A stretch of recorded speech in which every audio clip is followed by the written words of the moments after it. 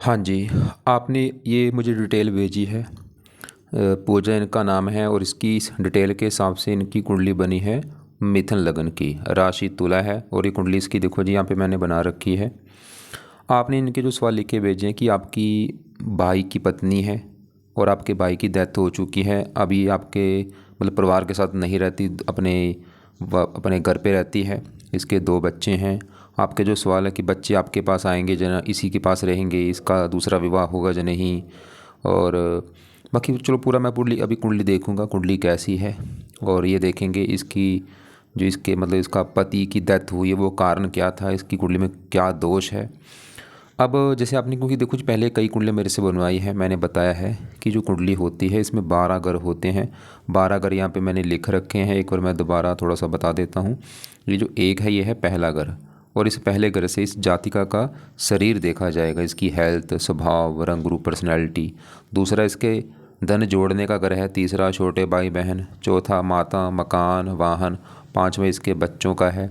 छठा घर रोग, शत्रु, कर्जा। सातवां पति का घर है। आठवां उम्र। नौवां घर भाग्य घर है। 10वां काम काज। 11वां आमदनी लाभ, बड़े भाई बहन। और 12वां इसके खर्चों का घर है। मतलब जो कुछ देखना है हमने वो घर देखना है और घर का मालिक देखना है। जैसे इसकी मान लो इसके काम काज के बारे में जानना है। 10वां घर काम काज का है और 10वें घर में लिखा है 12 मीन राशि, मालक है गुरु। तो काम काज के लिए गुरु को देखना पड़ेगा। ऐसे ही इसके धन के बारे में जानना है। दूसरा घर धन का घर है। धन के लिए दूसरा घर, दूसरे घर में 4 लिखा है माल चंद्रमा। धन के लिए चंद्रमा को देखना पड़ेगा। अब यहाँ पे देखो जी सवाल है कि कुंडली कैसी, ग्रह अच्छे भी हैं ग्रह खराब भी। इसका गुरु अच्छा है, चंद्रमा अच्छा है, शुक्र रला मिला फल देगा। शनि अपने घर में बैठा है तो 8वां घर लेकिन फिर भी अपने घर में है। अब यहाँ पे बुध सूर्य ये थोड़ा सा बुरे फल भी देंगे, कुछ अच्छे फल देंगे। लेकिन यहाँ पे जो केतु राहु है ये है बहुत बड़े लेवल पे खराब। क्यों? नीच के बैठे हैं दोनों ग्रह। अब पहले इसका देखो जी, इसकी कुंडली में हम इसके विवाह के बारे में देखेंगे। कुंडली विवाह के हिसाब से कैसी है इसकी। और विवाह के लिए देखो जी 7वां घर ही देखा जाता है, चाहे वो लड़का है लड़की है। 7वां घर पत्नी का होता है, पति पत्नी का होता है। अब क्योंकि ये लड़की है तो 7वां घर बनेगा इसके पति का घर। पति कैसा होगा? 7वां घर देखा जाएगा। और आपको जैसे मैंने बताया कि घर का मालक देखना, 7वें घर में क्या लिखा है? 9 नंबर। 9 है धनु राशि, मालक गुरु। इसके पति के लिए हमें गुरु ग्रह को देखना पड़ेगा कि गुरु अच्छा है या बुरा है। और गुरु के अलावा पति घर में आके कौन बैठा है? शुक्र, मंगल, राहु। इन तीनों को भी देखना पड़ेगा। तो तीनों में सबसे पहले मैं राहु की बात करूं कि राहु कैसा है, तो मैंने अभी आपको जैसे बोला कि सबसे ज़्यादा अगर कुंडली में कोई ग्रह खराब है वो है केतु और राहु। दोनों में ज़्यादा वैसे राहु खराब है। अब राहु क्यों खराब है? क्योंकि नीच का बैठा है। यहाँ पे देखो राहु कहाँ बैठा है? 7वें घर में, पति वाले घर में। और यहाँ पे जो 9 लिखा है ना, ये धनु राशि जो कि राहु की नीच राशि है। और देखो सबसे कुंडली में जो राहु है ये वैसे भी देखो ग्रह अच्छा ग्रह नहीं होता, ये दानव ग्रह है। और मैं आप फिर बोल दूं, मैंने आपको पहले भी शायद बोला है कि राहु जिस घर में बैठता है उस घर को लेकर दिक्कत आती है। जिसके चौथे घर में होगा उसको माता को लेकर दिक्कत आएगी। जिसके 5वें घर में है उसको बच्चों को लेकर दिक्कत आएगी। आपका शायद 5वें घर में था, आपने शायद बोला ना बच्चे आपके हैं नहीं, क्योंकि आपका राहु 5वें घर में है। और ऐसे किसी का 10वें घर में होगा उसके काम काज में दिक्कत आती है। और जिसका राहु 7वें घर में होगा उसके विवाह में दिक्कत आती है। और ये मैंने हजारों कुंडलियों में देखा है कि राहु जब भी 7वें घर में होता है ऐसे लोगों को विवाह का सुख नहीं मिलता, विवाह में दिक्कत आती है। अब सबकी दिक्कत अलग अलग होती है। जहाँ तो कईयों का मैंने देखा राहु 7वें घर में होता है तलाक हो जाता है, डिवोर्स होता है। डिवोर्स का बड़ा कारण बनता है राहु 7वें घर में, या विवाह होने नहीं देता। मैंने देखे हैं केस आज से मेरे पास, विवाह नहीं हो रहा, 7वें घर में राहु होता है। या राहु 7वें घर में है तो पति पत्नी में लड़ाई झगड़े होते हैं, कुछ ना कुछ दिक्कत आती है। अब ये राहु 7वें घर में इसके बैठा है लड़की के, तो राहु ने क्या किया, जो आपने बोला ना डेथ हो चुकी है इसके पति की डेथ होने का कारण ही राहु है। क्योंकि 7वें घर में पति वाले घर में नीच का बैठा है। और ये लड़ाई झगड़े भी इसके होते होंगे, क्योंकि आपने मुझे बोला था 2017 में विवाह हुआ और 22 में डेथ हुई। तो जो बीच वाले 2-3 साल थे उसमें इसके साथ लड़ाई झगड़े भी पति ने कराए होंगे इस राहु ने। उस समय राहु की दशा भी थी, छोटी दशा मैंने देखा था, 19 से लेकर 22 तक थी राहु की दशा। तो राहु बड़ा कारण है जो इस लड़की को पति का सुख नहीं मिला, जो इसके पति की डेथ हुई है। एक तो देखो वैसे राहु 7वें घर में अच्छा नहीं माना गया, और ये बैठा भी नीच का। देखो डिपेंड करता है कौन सी राशि में। कईयों को राहु 7वें घर में उच्च का होता है, कईयों को दोस्त के घर में होता है, अपने घर में होता है। लेकिन यहाँ पे कौन सी राशि में नीच का बैठा है, तो ये कारण बना जो इसका पति की डेथ हुई है। अब इसके अलावा देखो राहु की दशा में दिक्कतें बढ़ती हैं, जो मैंने बोला पीछे दशा एक छोटी निकली भी थी 19 से लेकर 22 तक थी दशा, लेकिन अभी जैसे बड़ी दशा इसकी आज है बुध की, इसके ऊपर बुध की महादशा है, ये 12 महीना 24 में चली है और 41 में ख़त्म होगी। एक जो अंतरदशा वो भी देखो बुध की है, ये 12 महीना 24 से लेकर 27 तक है। तो बुध की भी बात करेंगे वो कैसा है, अभी पहले हम ये राहु की बात कर रहे हैं। राहु देखो जी पति घर में बैठा है, ये पति का भी घर है, इससे घर से ना और भी कुछ देखा जाता है। सातवां घर होता है दिल्ली की इनकम का, बोले इसके काम काज में दिक्कत आना, पार्टनरशिप में दिक्कत आना, अगर ये पार्टनरशिप में काम करती है वहाँ पे दिक्कत आएगी। दृष्टियाँ भी हैं 5वीं यहाँ पे, 7वीं लगन के ऊपर, 9वीं यहाँ पे। बाकी दशा में राहु ज़्यादा बुरे फल देगा, दशा मैंने बोला छोटी वैसे निकल चुकी है। तो अब उपाय की मैं बाद में बात करता हूँ, पहले सभी ग्रह एक बार मैं कवर कर देता हूँ, क्योंकि आपको देखो इसके ना पति घर में यहाँ पे मंगल भी बैठा है, शुक्र बैठा है। मंगल फल की कैसा है, मंगल रला मिला फल देगा। मंगल साथ में अगर बैठा है यहाँ पे गुरु घर में, जो 9 है ये गुरु का घर है और गुरु को मंगल दोस्त मानता है। चलो एक अच्छी बात है कि दोस्त के घर में बैठे, लेकिन मंगल के अपने 2 घर हैं। एक तो मंगल का घर जो है ये छठा घर है, खराब घर, ये घर अच्छा नहीं छठा घर। छठे घर से रोग देखा जाता है, रोग, शत्रु, कर्जा, कोर्ट कचहरी, चोरी, ठगी, दुर्घटना। छठे घर में 8 लिखा है मालक मंगल, कहाँ बैठा है, पति घर में। बोले छठे घर की चीज़ें उठा के कहाँ रख दी इसने, पति घर में। छठा घर रोग, रोग चलेगा पति घर में, शत्रु पति घर में, मतलब मंगल पति के साथ लड़ाई झगड़े कराएगा। यहाँ पे बना भी देखो मंगल दोष है। मंगल दोष क्या है, डबल मंगल दोष बना है, साथ में राहु के बैठा है। तो डबल मंगल दोष की वजह से भी पति से बनती नहीं, लड़ाई झगड़े होते हैं। देखो सुनना होगा, जिसका मंगल दोष होता है ना उसको दिक्कत आती है विवाह में, या तो विवाह में देरी होती है या पति पत्नी में लड़ाई झगड़े होना। और ये मंगल दोष ज़्यादा है क्योंकि साथ में राहु के है, मंगल डबल हो चुका है, डबल मंगल दोष है। और मंगल छठे घर का मालक, रोग, शत्रु, कर्जा, दुर्घटना उठ के पति घर में, पति के साथ दुर्घटना होना। और मंगल वैसे इस 11वें घर का भी मालक था, क्योंकि यहाँ पे 1 लिखा है मालक मंगल। 11वां घर आमदनी, लाभ, इच्छा पूर्ति, लाभ पति, आमदनी पति, इच्छा पूर्ति।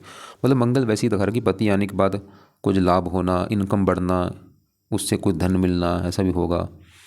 बाकी अब साथ में यहाँ पे शुक्र भी बैठा है, मंगल की दृष्टियाँ भी हैं, चौथी यहाँ पे है, 10वीं, 7वीं यहाँ पे, 8वीं दूसरे घर के ऊपर नीच। यहाँ पर एक और बात है, 7वां घर है पति का, लेकिन पति की उम्र देखनी है, पति की उम्र का दूसरा घर होता है, क्योंकि 7वां घर से 8वें घर में बनेगा दूसरा घर। अब दूसरे घर में जो 4 लिखा है कर्क राशि, इस घर के ऊपर ना ये यहाँ पे ये मंगल दृष्टि भी डाल रहा है। देखो मंगल 7वें घर से बैठ के इसने 8वीं दृष्टि डाली दूसरे घर के ऊपर, नीच राशि के ऊपर। यहाँ पे मंगल भी कारण है पति की उम्र कम करने का, क्योंकि दूसरा घर पति की उम्र का है, वहाँ पे मंगल दृष्टि दे रहा है और ये मंगल की नीच राशि है। अब इसी घर में शुक्र बैठा है, शुक्र फिलहाल ठीक ठाक है क्योंकि ये 5वें घर का मालक है, पंचमेश है। 5वें घर में 7 लिखा है मालक शुक्र। शुक्र वैसे पढ़ाई के लिए अच्छा है, संतान। और लेकिन यहाँ पे ना देखो मंगल जो है, ये जो राहु मंगल है राहु से पीड़ित भी है, ज़्यादा अंगारक दोष यहाँ पे बना है। अब देखो पति की मतलब पति वाली दिक्कत यानी कि कई कारण है यहाँ पे, ऐसा नहीं कि खाली एक। तो सबसे बड़ा कारण तो वैसे राहु है, आपको मैं थोड़ा दिखा भी देता हूँ। देखो इसका नाम मिथुन लग्न है और राहु कहाँ बैठा, 7वें घर में धनु राशि में।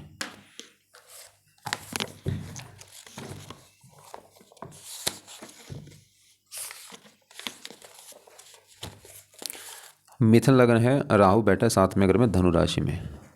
यहाँ पे देखो ये पढ़ो, मिथुन लग्न में राहु की स्थिति 7वें भाव में, राहु की स्थिति 7वें भाव के लिए शुभ नहीं, जातक के गृह सुख में कमी रहेगी।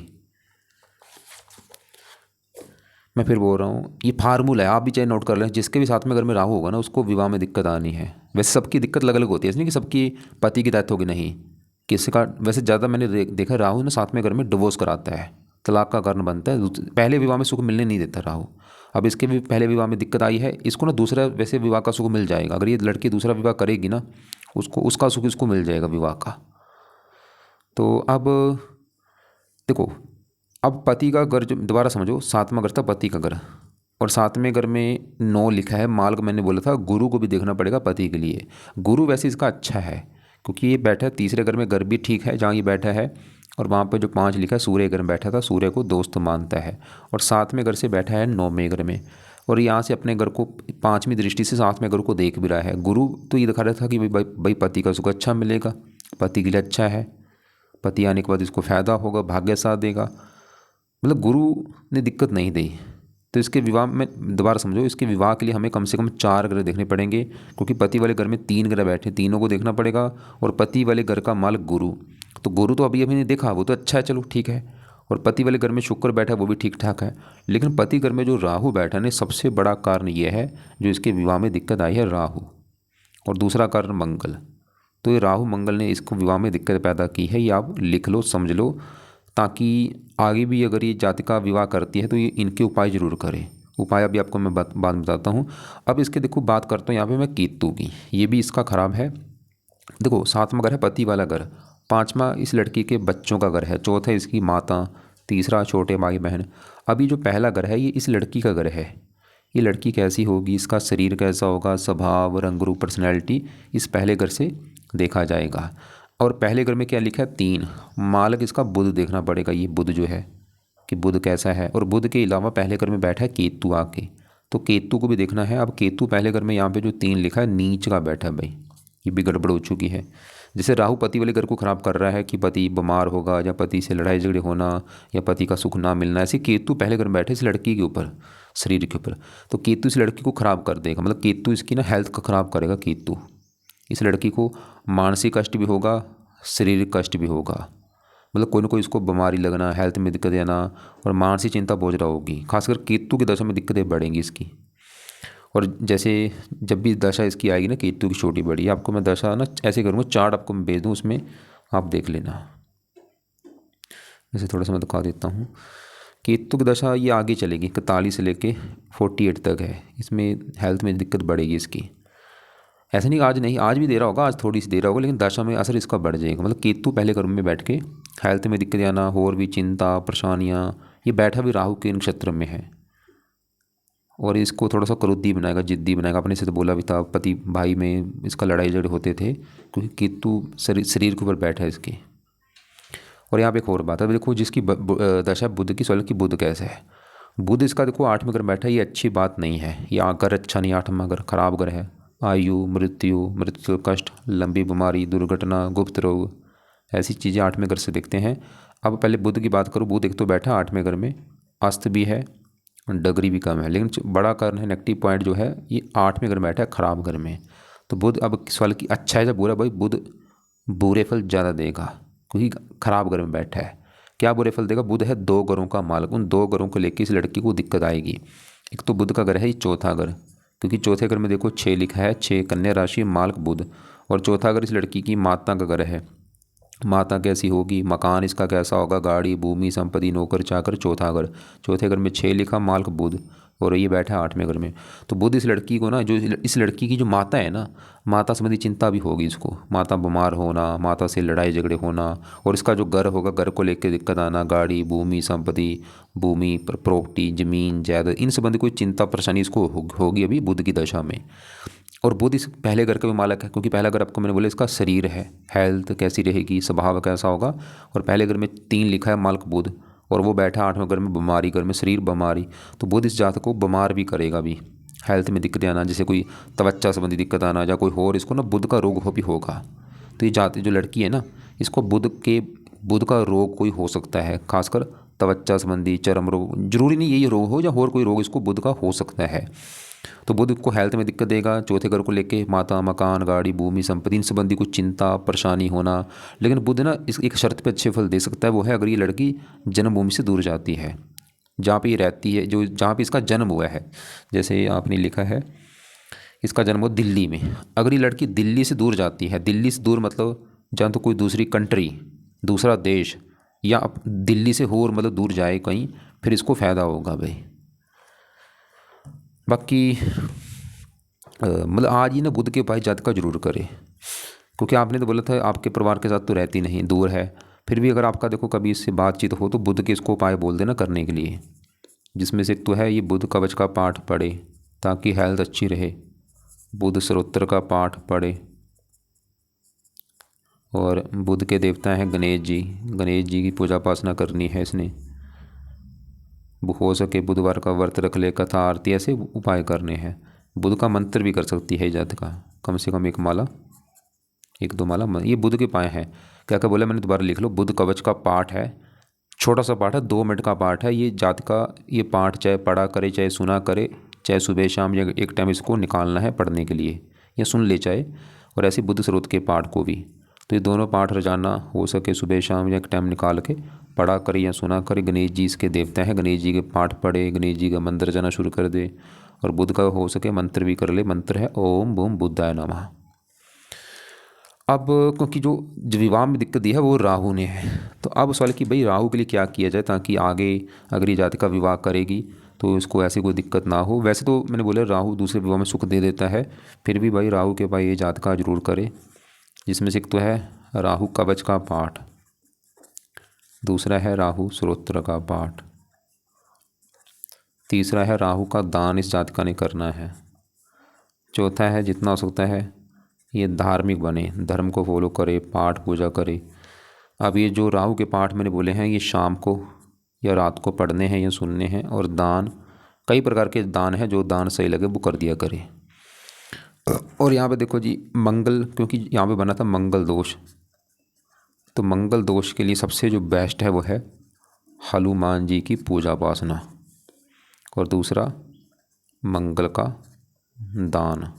वैसे तो कई उपाय हैं लेकिन चलो ये 1-2 उपाय से भी काम चल जाएगा। तो मैंने क्या बोला है मंगल दोष के लिए सबसे, क्योंकि मंगल के देवता हैं हनुमान जी। अगर ये जातिका हनुमान जी का पाठ पढ़ती है, हनुमान जी का मंत्र जाती रहती है, मंगल दोष खत्म होगा, और ये राहु भी इसका सही होगा, और मंगल का दान मंगलवार को करे। वैसे मंगल के लिए और क्या उपाय होते हैं, मंगल 7वें घर में मंगल दोष बने तो मंगला दोष के लिए ना ये जातिका मंगला गौरी का व्रत भी रख सकती है। अब बाकी इसका गुरु मैंने बोला था अच्छा है, चंद्रमा भी अच्छा है। ये जो दूसरा घर धन वाला घर है, इस घर में देखो 4 लिखा है, माल चंद्रमा कहाँ बैठा है 5वें घर में, संतान घर में, धन संतान, संतान के बाद इसको धन आना शुरू होगा, या इसकी संतान इसको धन कमा के देगी, या इसके बच्चे धनी होंगे। बाकी 8वें घर में जो 10 लिखा है माल शनि इसी घर में बैठा है, शनि वैसे इसकी उम्र लंबी कर देगा, अपने घर में बैठा है। 9वें घर का मालिक भाग्य, जन्मभूमि से दूर जाके भाग्य भी साथ देता है। इसके ना दिल्ली से दूर जाने के काफ़ी योग हैं, अभी खासकर बुध की दशा भी है। दिल्ली से दूर मतलब मैं फिर बोल रहा हूँ जहाँ तो ये दूसरी विदेश में जो लड़की जाएगी, दूसरी कंट्री में जाने के जो काफ़ी हैं, या अपने ही देश में दूर जाएगी। दिल्ली से दूर जाना है इसने, दिल्ली क्योंकि इसका दिल्ली है जन्मभूमि, तो दिल्ली से दूर जाने का काफ़ी योग है। बाकी सूर्य भी 8वें घर में है, ये भी थोड़ा सा अपनी दशा में रला मिला फल देगा, क्योंकि 8वां घर खराब घर है। अब देखो एक बार आपके मैं ना सवाल देख लेता हूँ दोबारा। हाँ आपने एक तो बोला था कि मेरे भाई और मेरी लड़की के साथ इसकी नहीं बनती।